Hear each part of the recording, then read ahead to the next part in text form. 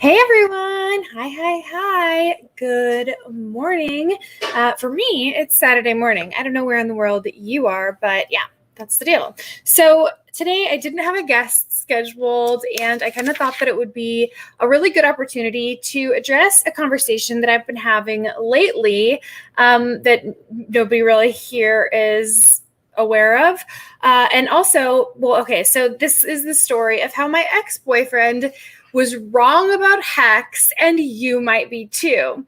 Funnily enough, most of the concerns that he expressed during our conversation are those shared by a lot of the cryptocurrency community, or at least those were the concerns early on. So I'll tell you a little bit about this story and how this conversation began, and then really his concerns and my the way that I sort of combated them, or my explanation for why he's wrong. Okay, so the backstory is that in 2016, I got interested in cryptocurrency because the guy who I had recently started dating was completely obsessed with Ethereum. So he, originally he talked about it a little bit, and then it was more and more and more, and he wouldn't talk about anything else. So it became very apparent to me that if I wanted to maintain the relationship, I was going to need to learn a little bit about it myself. So, I started reading some articles, and so that I could contribute meaningfully to our conversations and understand what he was talking about. And the longer that I was into it, the more that I realized that, the longer that I, studied it and just learned little bits about it, the more that I realized that, I really was interested in it, for several reasons, both as a potential passive investment vehicle and invest something that I wanted to put my money in, and then also as something that I wanted to study because I saw so many parallels with what I had been doing before when I was in my PhD program. Most of you know that story, so I won't get into that. So it was 2016. I didn't have very much savings, but I put, what I did have into Ethereum, and then later into a couple of other coins. So at the time I was also working retail arbitrage. I was running a business on Amazon where I bought things in retail stores and sold them for more than I paid for them on Amazon. And hi guys, hi everyone, hi. Okay, so where I bought things on Amazon and eBay and other online marketplaces, sold things on Amazon and eBay and other online marketplaces for more than I bought them for. So that was going well at the time because I had a few products that I was getting in scale and that were returning really regularly, returning really consistent dollar amounts. The problem was that the smaller items that weren't really scalable weren't enough to sustain my income by itself. So it was amazing timing that I had bought cryptocurrency and that it performed as well as it did for the remainder of 2016 and then all of 2017. So late in 2017, my consistent selling, high dollar value product supply ran out, and I wasn't able to find something else. I had also more or less lost interest in that business because at that time I had already started my academic study of the evolution of tribalism within cryptocurrency, and I wasn't super interested in spending all my time all my time trying to find a new product. I probably should have been. That would have been the smart thing to do. So anyway, I had made, a significant amount of money, and I thought that I could sustain I didn't know that a bear market could be as long as it was. I thought that things would be okay. And at that time, my boyfriend and I moved in together. So of course it didn't really didn't really work out. Like, not the relationship. I mean, eventually that failed too, but my financial situation was really like, it didn't start to improve. And as many of you know, the bear market that began in 2018 lasted until, I mean, if you were in HEX, like 2019 or early 2020. But, for a lot of people, it was even longer. So that whole time, I had been like, I had some, income where I was doing small side jobs. Actually, I was working in cryptocurrency as a journalist and taking freelance positions, freelance gigs here and there. But let me tell you, freelancing is not easy, especially when you are an unknown entity and it's a bear market. So my income was really small, and I was like more or less dependent on him. Like, he was paying 100% of our rent and our bills and, that kind of thing. So the plan was always to make up for all of that once the market, corrected.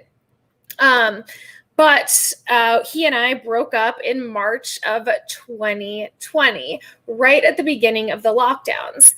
The breakup wasn't exactly normal, because he spent half of his time in Puerto Rico for like a lot of you Hexicans and maybe some other people, a lot of crypto people who have significant gains do for the tax benefit. So essentially, we were fighting for like years because things were strained, and it was because of the money, and that was largely like my fault. I could have gotten a different job. So it was really difficult, but he essentially, like, at that time when the pandemic began, he decided he was not going to come back from Puerto Rico. In fact, we never talked. It was like our lease on the house was up, and we just never spoke. And so I had to find a new place to live. I didn't have a job. I didn't have work history. I just had like what he had left, which he had left some gold that he had always said was like for use in case of an absolute emergency, because I was always concerned about, the potential crash of all of the whole economy and the whole system. So I ended up using that to pay my rent for the next year on the house that Sophia and I lived in, my daughter. So yeah, David Morales, buy him, send him a t-shirt. He'll be just fine. So I'm getting there. Okay. So let's flash forward to July 2021. You guys know that at this time I had been working for LDA. I'm still working for LDA, and I had been a Hexican for quite a while, like, I don't know, at least a year. And so things were going well. I emailed a mutual friend of ours, not to say like, hey, I'm doing so well, but because I wanted some advice as a consultant. And he was the first person who got me into the consultant. He got me into consulting. And so I asked him for some advice, and then he asked me for some advice about cryptocurrency, and I told him about HEX. So I didn't realize that he was going to like reach, send a message to my ex-boyfriend, but he did. And then the next day I got an email from that boyfriend congratulating me on HEX and asking if I still had any of his personal belongings, mostly just like his photos and stuff that were like, old family things, which I actually do, because I wasn't going to just throw those things away. It was always my intention to mail those back to him. I just wasn't sure how to reach out. Anyway, it was in the course of that conversation and some thoughts that occurred to me shortly after that I realized that I owed him some money and that I wanted to pay it back to him. So I didn't have any liquid HEX at the time because I was 100% staked. And I knew that I had a big stake ending earlier this month. So I paid him, a portion of what, like, I did all the math on how much, I felt like I owed him. And then I increased it for for what's it called, for interest. And then I sent him from my last paycheck a portion of it and said, I'll pay you the rest, when my stakes end, next month. So then those stakes came to end. Then those stakes were like coming to an end. And I realized that sending him what, the amount that I felt like was the right amount would be detrimental long-term. And that even though I owed him, and particularly even with opportunity costs, I sent him an email and, knowing that he has also done very, very well with his cryptocurrency holdings, not that he was holding HEX, I asked him, like, can you forgive this? Do you understand? Like, are you okay with me just making monthly payments instead?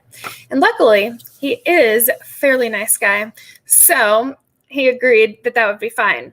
At the same time, I encouraged him, because I knew that he hadn't considered HEX, I encouraged him to look into it and said that I thought that he would really be interested in it for several reasons. And one of them was that he told me in the email that he had bought into a bunch of coins and tokens that ended up being rug pulled or scammed or hacked or whatever in the course of this season.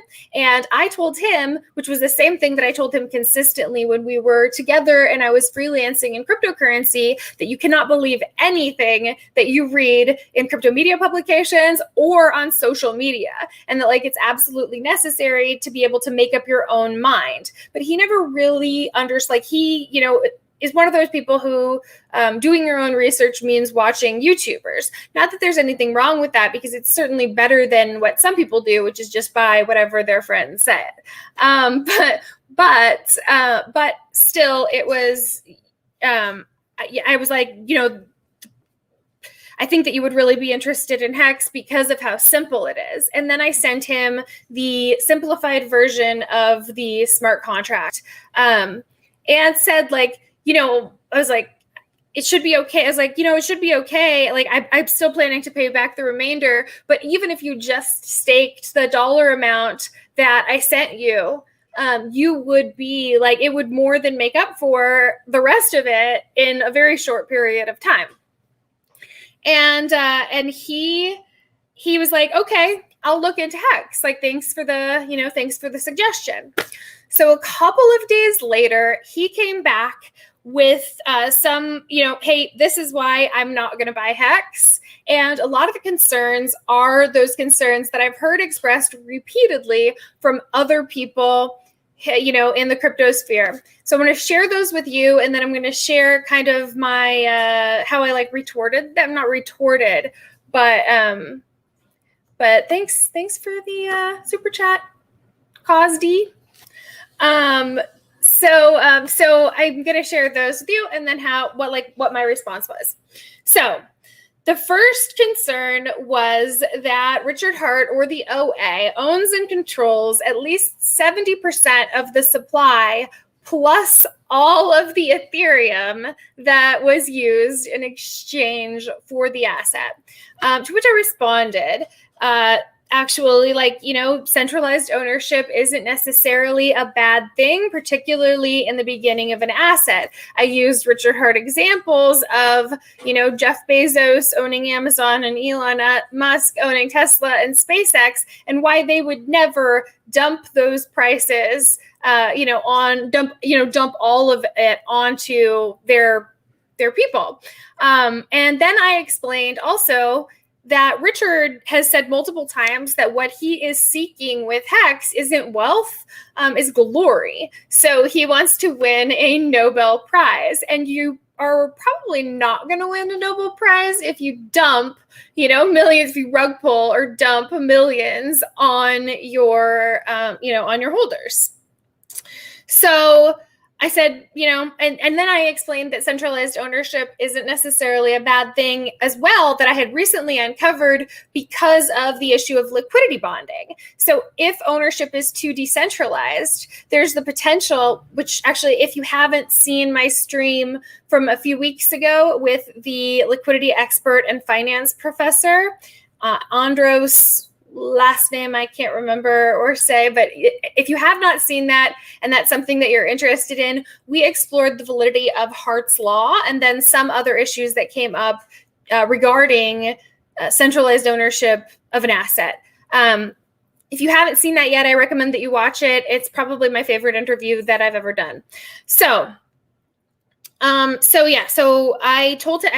sent that link to him, and then I explained that, centralized ownership, what do I consider the most, sorry guys. So what do you consider the go-to for the most accurate information? I'm not sure what you mean. So I'm going to hide that and then we'll come back to that later. But thank you very much for the super chat, Sasha Tagger.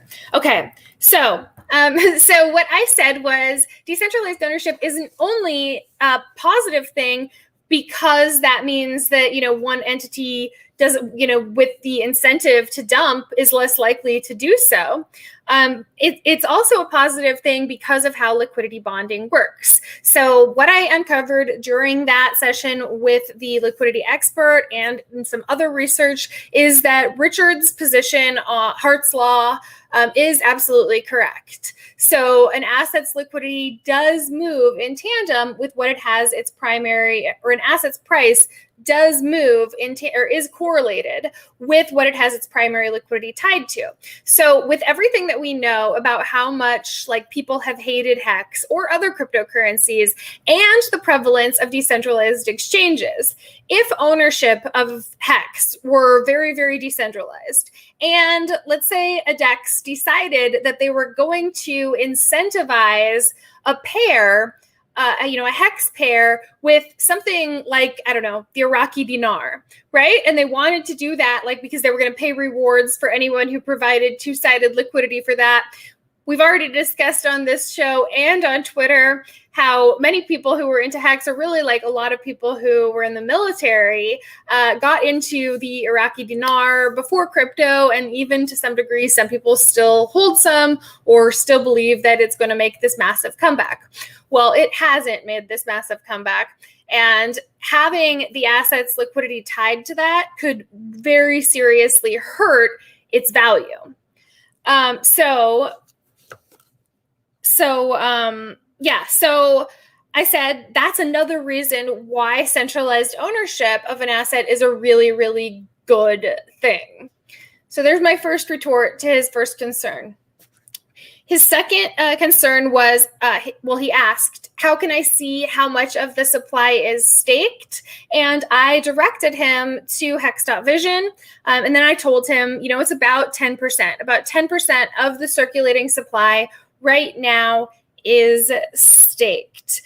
So he responded was that there was far too little staked for it to really be safe. And that in the event of the rest of crypto crashing, that would certainly crash too. To which my response was to refer again to what I said initially. Well, actually, that's why centralized ownership is a positive thing, because the person who owns the majority of the supply is not going to panic with the rest of the market. I mean, could, but that's less likely, right? Especially because that's essentially Richard's goal is for HEX to perform better than everything else during the bear market. So I believe that he must have a plan to hold even if everyone else panics and sells. Okay.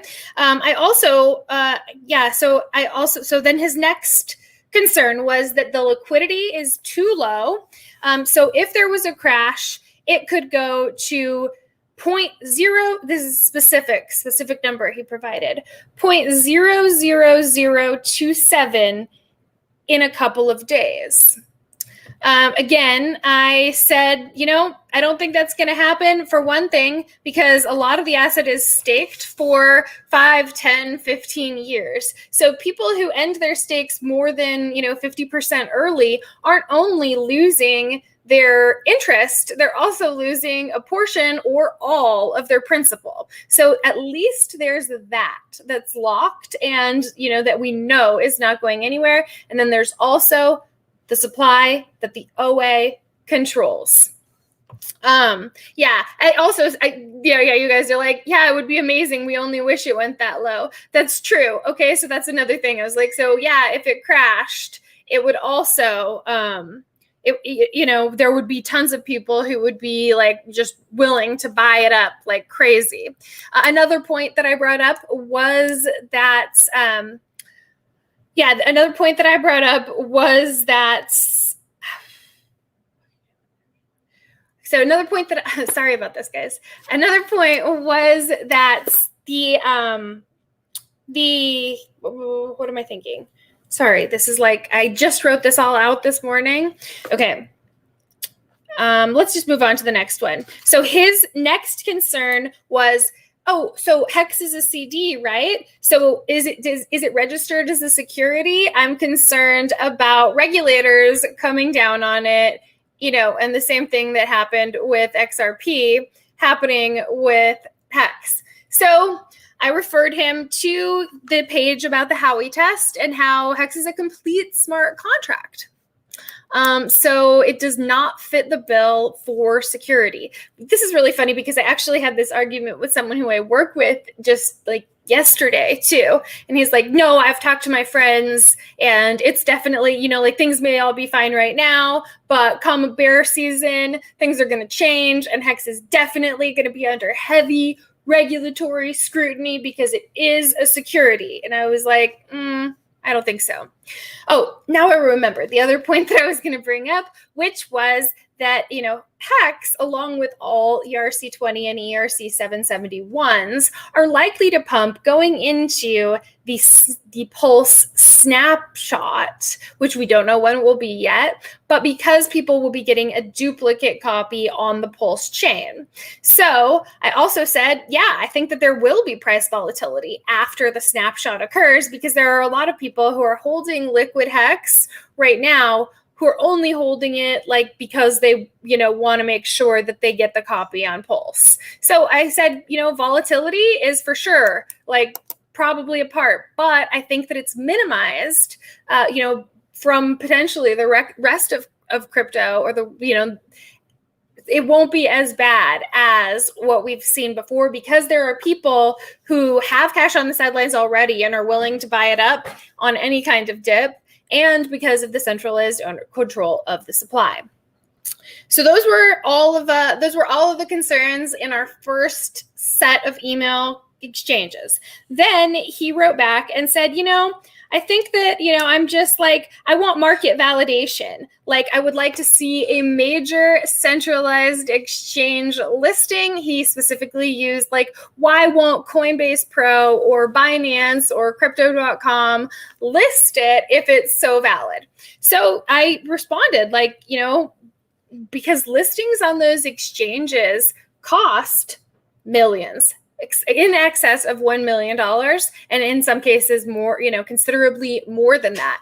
And that gives control of the asset, of a huge part of the asset's liquidity to the exchange. And we already know that we can't trust these exchanges. I then referred to the example of when HEX was climbing those ranks. I mean, and HEX has been climbing the ranks for 2 years, right?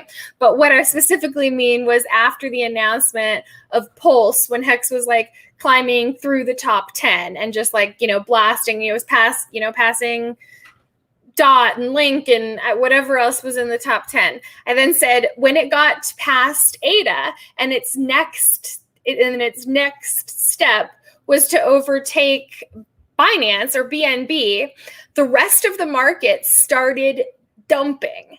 Then I said, so why did the market start dumping? Well, because Binance had access to significant amount of capital in those coins, and they were pumping it into their own coin to hold its value over HEXs. And we all know that happened. We all saw that happen, right? Like, you all remember that?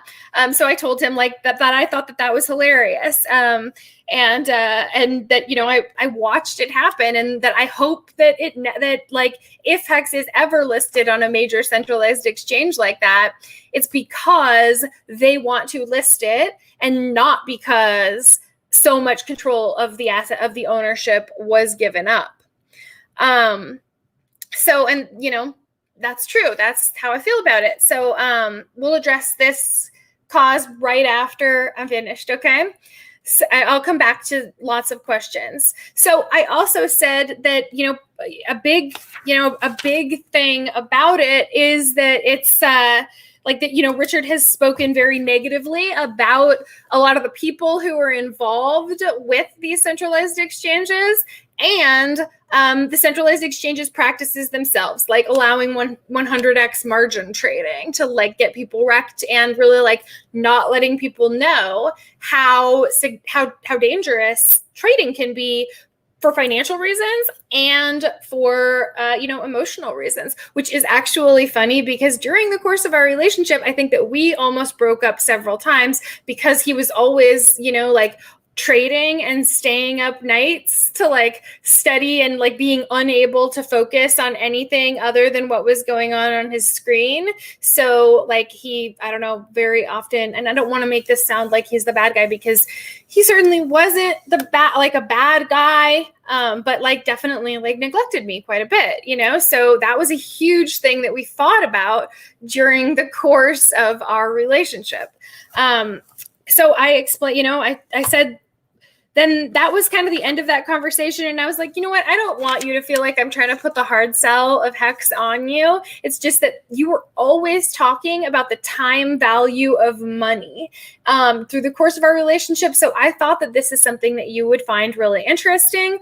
But and I shared the information with you because you did ask, like, as someone who works, in cryptocurrency, if there was something that he was missing or, something that I might have some insight into. And I shared that. And don't buy HEX. I don't care.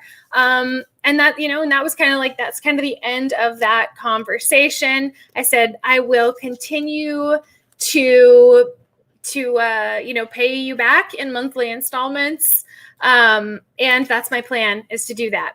So yeah, I thought that I would like to share those things with you because those concerns about HEX are ones that are like, you're so used to hearing, right? Like those are all the wrong reasons to be reluctant to invest in this vehicle.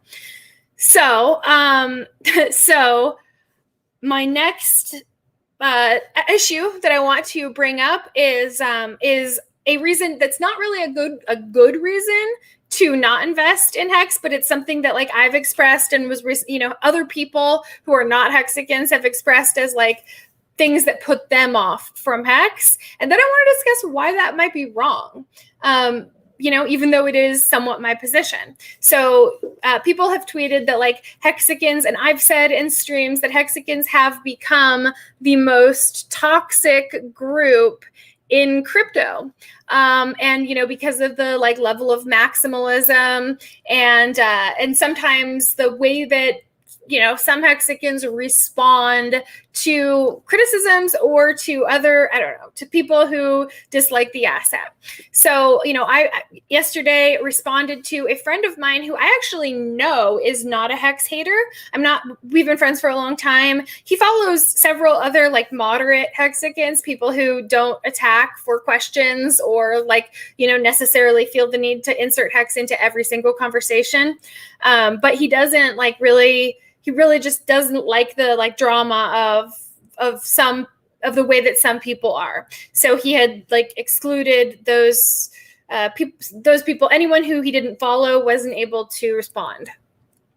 So, so his position was exactly the same as my position about Bitcoin. And it's one that sociologists and academics who have studied cryptocurrency have said is Bitcoin's major weakness. And that's that Bitcoin's toxicity puts off a lot of investors. I can see that being true. Like, I know that for me personally, I like do hold some Bitcoin, but it's because of my fear that like this thing, could be right, that like we have to, and then, you know, that it'll be the whole underlying economic system. But for the most part, I don't like it. And the reason that I don't like it isn't because it's a software that I have an issue with. It's because of the way that the community behaves. So that's why I think that like that's an issue that could potentially be valid.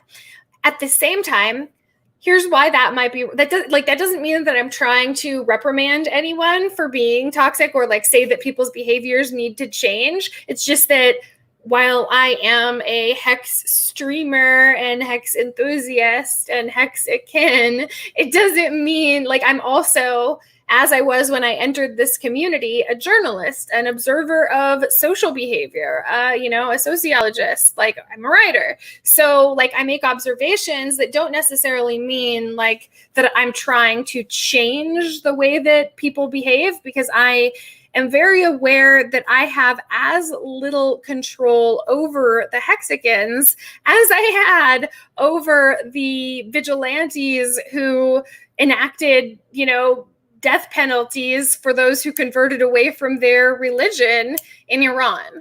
So I'm not trying to control anyone. It was really just a conversation that was about observations and social behavior.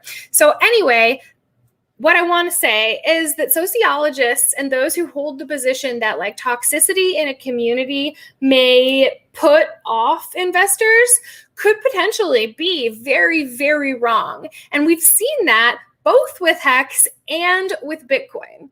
So like Bitcoin, so the question is it possible that Bitcoin, that toxicity is a feature and not a bug, as the Bitcoin proponent suggested in the recent Miami conference?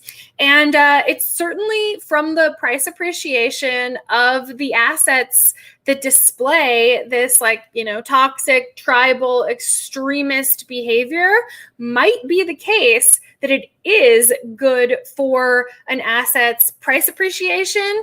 And then looking at it more broadly, like groups that are loud and proselytizing tend to grow in number instead of shrink. So while like I think that that's, you know, not necessarily to the benefit of humanity, and I would rather see us like adopt things that practice, I don't know, tolerance and cooperation, it might be that that's opposed to human behavior.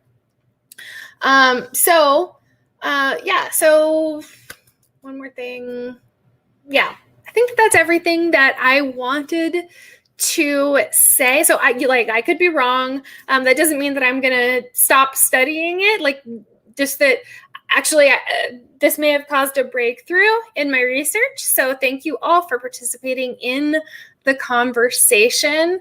Yeah, that's everything. Also, you know, I know that like there's been a lot of talk about like most Hexicans are not this like tribalist, maximalist, you know, not, I mean, maybe not tribalist or maximalist, but they're not like the toxic minority.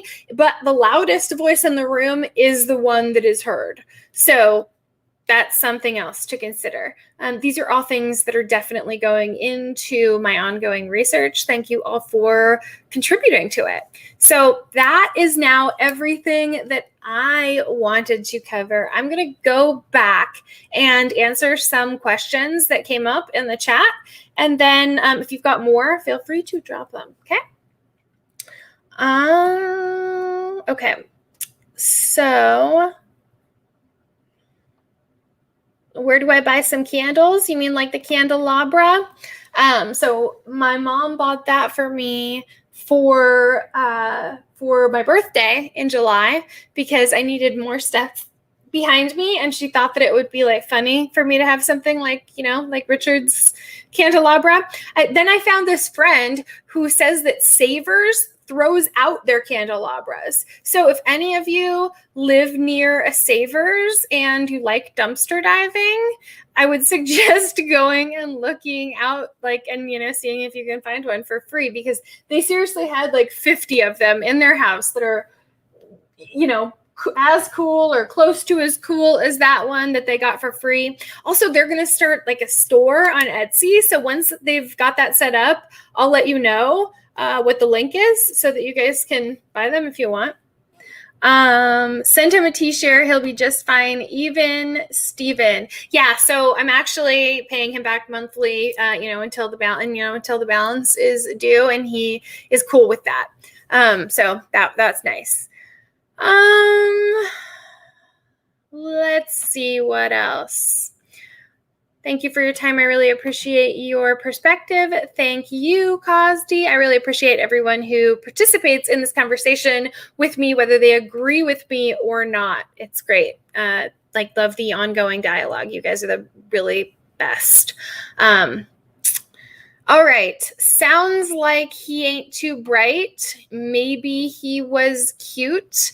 Well, okay. Yeah. I mean, he was cute. He was also, he got me into cryptocurrency. So if it wasn't for him, I would not have gotten in when I did. I would not be in the position that I'm in today. So I do have and also there was so much time when I wasn't really earning enough money to live that, he was covering. So there's all that. Mm-hmm. People think that Richard is going to dump HEX to collect 10 million when he's got 1 million Ethereum are just morons. Does he still have 1 million Ethereum though? I thought that, so I'm not sure, but I thought that it had looked like a majority of the Ethereum that was collected had already been exchanged into HEX or USDC to provide liquidity on Uniswap, but I'm not sure. So I could be wrong. I'm sure that he still has other assets, and I'm certain that he's not going to be dumping huge, massive amounts of HEX anytime soon, because he wants people to be, to continue to trust the assets that he, the creations that he makes, because he wants to win a Nobel Prize. If my boyfriend made so much money, why couldn't he cover all your expenses? Well, he could have, but that wasn't the deal that we made, and it's not what he wanted to do. And actually, me realizing, from getting involved with HEX and other cryptocurrency communities, I also got introduced to a lot of the red pill male literature about women who feel specifically single mothers who feel like they're entitled to other people's money just because other people make it, and how wrong and disgusting that is. And while I think that there are some problems with a lot of the red pill male philosophy and mindset, that was one that resonated with me, and I always felt bad about it once I had that realization. So, Sasha, so what do I consider the go-to for the most accurate info? I'm not sure what you mean by that. So if you're still watching, if you clarify, I promise I'll answer. Hi, Hexicans. Hi, aloha, aloha. Hey, everyone. Yeah, let me give you the reasons why I didn't buy HEX. Here's why I bought Shiba Inu instead, laughing my ass off. Yeah, so this is really funny. He had bought, so he didn't buy, maybe he bought Shiba Inu and just didn't tell me, but he bought a number of assets that I never would have bought because I knew about the hype cycle that was, surrounding them. And and because I listened to, Richard and other very smart people who explained why those things were not worth purchasing. One of the assets was something that a lot of people got into. It starts with an A, and it's Thorchain, which got hacked twice. So he had put a significant chunk into Thorchain, thinking that because there were people on Twitter, there's Twitter personalities who are specifically devoted to Thorchain, that must mean that it has this really strong community. And then I explained how marketing works. And yeah, so that was an interesting conversation. Okay, Sasha, my payment for the super chat was too slow, and it was regarding something you said 3 minutes ago. Okay, if you want to, lol. Okay, so if you want to let me know what that is again, if you're still here, I promise I'll address it. Or if you're not here, and you see this later and you want to like DM me on Twitter or just post it on Twitter, I'll do my best to answer it. Okay. HEXdailystats.com is great. Okay, awesome. Thank you, David Morales. For anyone who doesn't know that, HEXdailystats.com is great.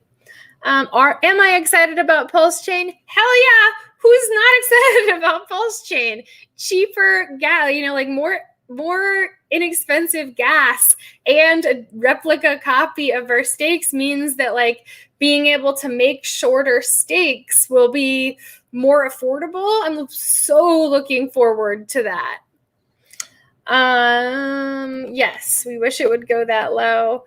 10% of HEX is staked from the total supply, but if 90% of supply is OA, then it's almost all of HEX is staked. So I actually don't think that it's 90% of the supply is the OA. I think that it was like 50% of the circulating supply was OA. And then after the Pulse Chain sacrifice, that number grew and it was something like 70%, but I'm not 100% certain of those numbers. So definitely do your own research. You would sell your right nut for them prices. Yeah, for like 0.00025 hex. Yeah, I would be looking to sell some crazy things too, David Morales. I think I'd sell the left one also. Yep, Art Suave. Yeah, a lot of people would. Okay, here's the super chat. Is the test net happening before the snapshot? So I'm actually a little bit behind in my Richard streams, and I know that's shameful, right? But I've been really, really busy with work and life and just everything, so I'm behind. As far as I know, the plan is to launch the public testnet so the developers can, experiment with it and decide if they're going to launch and plan on launching there to sort of also build up a hype cycle about how well it works and hopefully how well it works and all of that. And then the snapshot and then the mainnet launch. So that is my understanding of how that's going to happen. We'll see. We'll see. I'm not sure if it has changed and someone who's watching knows that it's changed. Feel free to drop that and I'll read it when I get to it. Sounds like he has no desire to be in control of his finances, just wants profit. I'm not sure about that. Like, he was always talking about the time value of money and, the importance of being in control of your own finances. But having a large amount of money by itself gives you the control to be, gives you the power to be in control of your own finances. So, profit is something that I think most people are after. It's certainly something that I'm after. Sounds like I had great answers for this person. So I feel like I really did. I was really proud of the answers and I wanted to share them with you. So Binance let Justin Sun go in and take over all the validators of Steemit and shut it down. Yeah, exactly. There's been some major corruption in cryptocurrency in a lot of ways. Yeah, definitely. Do I feel like he didn't respect my opinion because he viewed himself as the expert and couldn't see outside of his own ego? Yeah, actually, so that happened during our relationship too.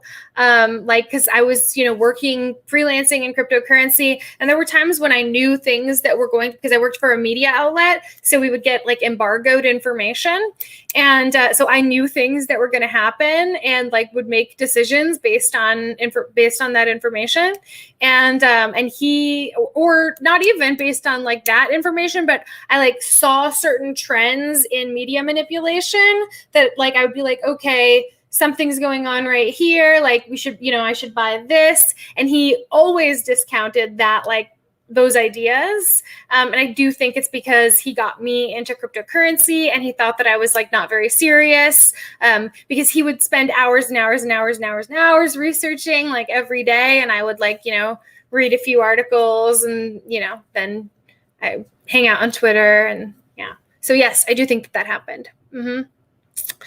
Can I DM my link for those shots you and RG3 taken? I don't know what you're talking about, RG3 or David.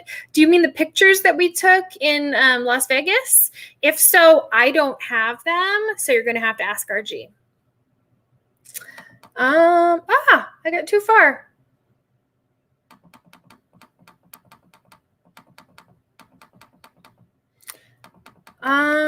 Sorry guys. I just want to try to answer everything that I can.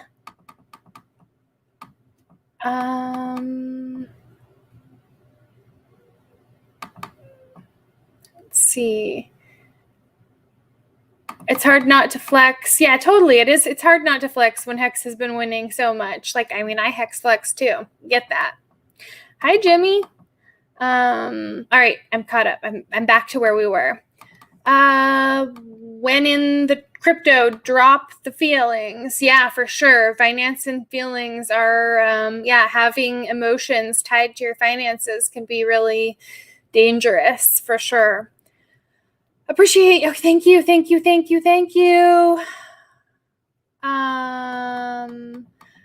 I'm hoping for dips, not pumps. Pulse chain snapshot will be an interstellar rocket train of pumps. We'll see. I hope so. You can buy a whole lot of BTC at the end of a Hex stake, that's for sure. Yeah, it's crazy how much it's appreciated versus BTC, versus the dollar, versus Ethereum, versus everything else in crypto. Hex will definitely pump faster than BTC, so when stakes end, can buy the main shitcoin scam cheaper in relation to Hex. I would say passionate instead of toxic. That's a valid point, but there is a line between those things, in my opinion, and we're already kind of going on, and I feel like this has been a really positive stream, so I don't want to get into that today, but we can talk about that at some point in the future if you want. I left my girlfriend for crypto. Yeah, I mean, basically, my last boyfriend did the same thing, essentially, not that's why we broke up, but he moved to Puerto Rico so that he could, have more, have minimize his taxable income, which I totally understand, actually. And then more or less didn't pay attention to me for the next 3 years. So there's a lot of people who did that. Hex profits are wife-changing profits. Yeah, I've heard that one before, Art Suave. Sometimes you have to be loud to get your points across. That's true. You do. Yep. Passion can be polarizing. Yes, it can, Redbird. Yes, it can. I don't make enough money to keep buying dips, paying for gas. Got it. Let's see. My super chat question was delayed 3 minutes because of the payment for it, and it was referring to something you were talking about quite a bit early. You said, don't trust everything. Yeah, for sure. Yeah. Oh, so your question was, what do I consider the most reliable source of information? I don't think that there's one reliable source. I think that you have to take in various viewpoints, and a lot of people have the tendency to get the first viewpoint and then look for confirmation of that instead of looking for various information and then making up their own mind, based on a number of data points. So I don't think that there's one singular source of information that's reliable, because, crypto media outlets are very, very, very often, incentivized from PR agencies and relationships with people who don't necessarily, not only do they not necessarily have your best, people's best interests in mind, but they don't necessarily know the best information to share. So, and then, really good marketing agencies and, campaigns will plant information in Twitter, in Reddit, in all kinds of message boards. So, I mean, I don't think that there's a single best source for information. on the ground field work has been the way that I have found what I consider the best information, but I realize that not everyone has that, that the ability to do that because people have jobs and lives and all that kinds of stuff. And then also that means like trusting people, which a lot of people do, trusting YouTubers, and YouTubers can be like bought, paid for, incentivized, and also just wrong sometimes. So yeah, I don't think that there's a real right answer for that.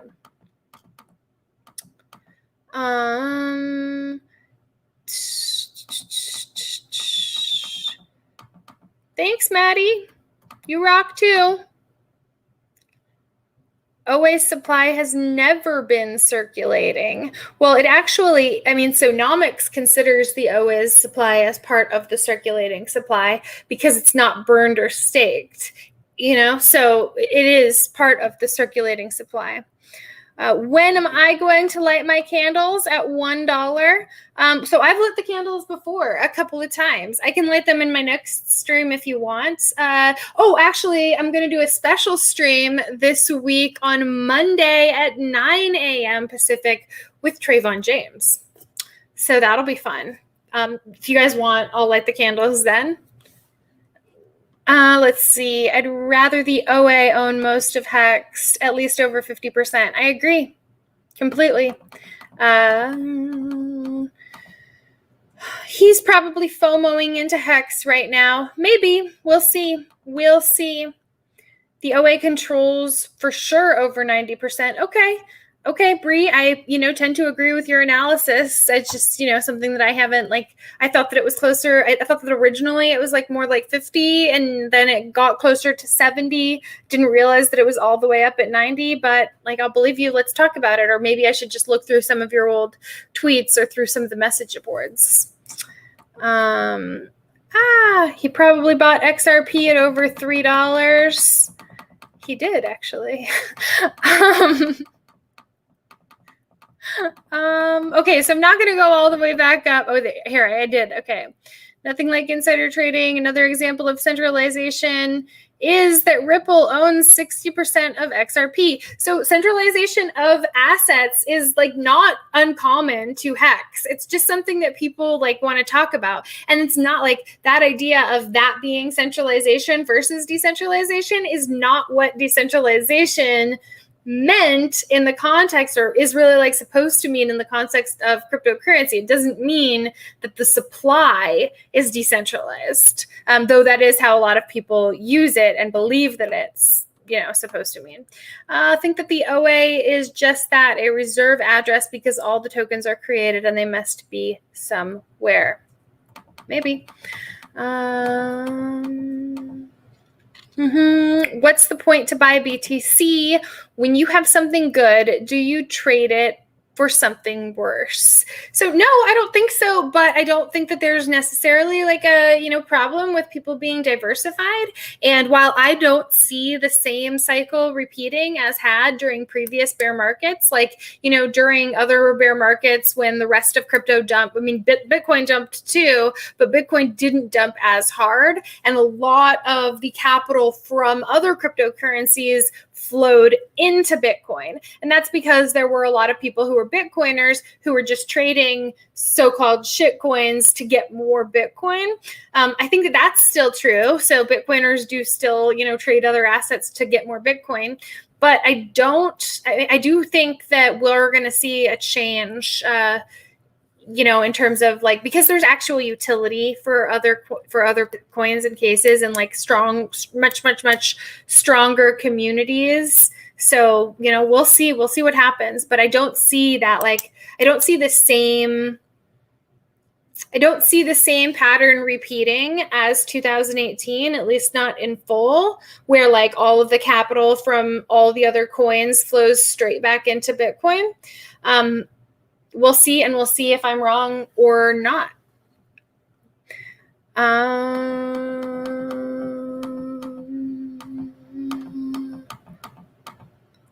Could be robot aliens who control it to protect the staking class. I don't know for sure. You're right, Tintop. It could be robot aliens who control the OA's supply.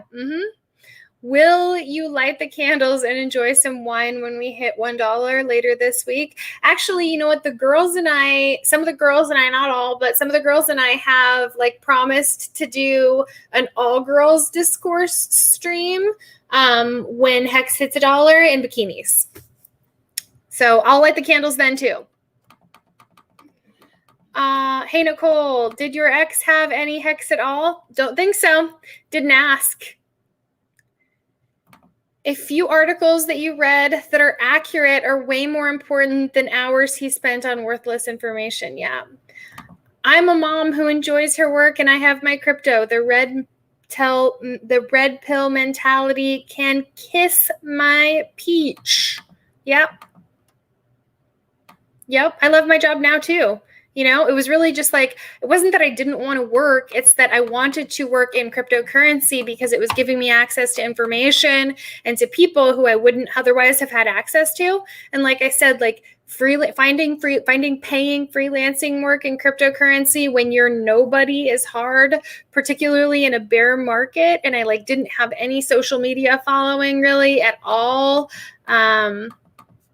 Yeah. OA's supply is 88% according to the audit. The audit is only addresses that are directly related to the OA. Okay. Thank you. One Hexy mofo. That's a very nice compliment. Richard explained at least 1 year ago that the OA is there to simulate compound interest. The so-called OA is needed to calculate, and we can all see that this address never traded anything. Yeah, so that's why I pointed him to hex.vision. Could you please interview Fred Durst, Limp Bizkit? He's a Hexican. I'd be happy to. Sure. Let me, do you want a Hex Bull Run? If you could just like send me a message either on Telegram or Twitter with his handle, and then I'll reach out to him or have him reach out to me. My mom says, I think Nerd Girl is secretly the OA. I am not. Let's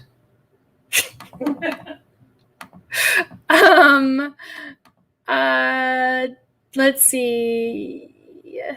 Okay, we're almost getting to the bottom. I think we're at the bottom. Okay. Every time I think of what I might buy other than Hex for investment options, nothing shines. I just want more Hex, but Pulse is in the mix. Hex for number 1, Pulse for number 2. I can't blame you for that at all. You know, like I said, I'm like 90% Hex and Pulse now. So I would say that more or less does make me a maximalist. I just, I don't ever want my eyes to be closed to the possibility that there could be something else out there, because that's what happened to a lot of Bitcoiners. And I just I don't want to turn into that. But I don't blame anyone who chooses to do that. We need more likes, fam. Yes, I don't know how many likes there are, but smash that like, hit subscribe, do the bell, all the stuff, please. It helps the algorithm and me, and I would appreciate it. All right. That's the bottom. It's been an hour. You guys are awesome. Thanks for spending this time, your valuable time, with me today. And I'll see you guys on Monday at 9 a.m. Pacific for an interview with Trayvon James. Then on Wednesday night, I have Ryan Calder coming on the show, and he is one of the only shitcoiners who a lot of Bitcoin maximalists continue to follow and like. So that's going to be a fun and interesting conversation. I'm super looking forward to it. If you haven't seen my stream with the Liquidity Professor from a couple of weeks ago, I definitely recommend that you check it out. Also, really think that my stream on Wednesday night with the economic historian, John Sneeson, is really valuable and worth watching. And if anybody wants to reach out to either Professor Andros or John, I'm able to put you in touch, and they are both looking for more information and to talk with more people and all that. So let me know. Yeah. All right, guys, have an awesome day. Thanks for being here.